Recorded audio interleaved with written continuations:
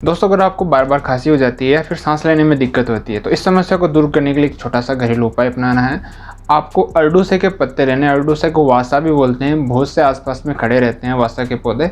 आपको 3 से 4 पत्ते लेके इसका रस निकालना है और रस निकाल के आप इसको शहद में मिलाकर सेवन कर सकते हैं, या फिर आप इसके पत्तों का काढ़ा बना के 15-15 ml की दिन में 4 बार मात्रा आप इसका सेवन कर सकते हैं। लगातार 4 से 5 दिन तक अगर आप इसका सेवन करते हैं तो आपकी सांस लेने में जो दिक्कत हो रही है या जो बार बार आपको खांसी आ रही है, चाहे सूखी खांसी हो चाहे कफ वाली खांसी हो, दोनों खांसियों में ये बहुत लाभदायक है। आप ये आजमा के ज़रूर देखिए, इसका कोई साइड इफेक्ट नहीं है। ऐसे ही और घरेलू नुस्खे पाने के लिए हमारे चैनल को ज़रूर सब्सक्राइब कीजिए। धन्यवाद।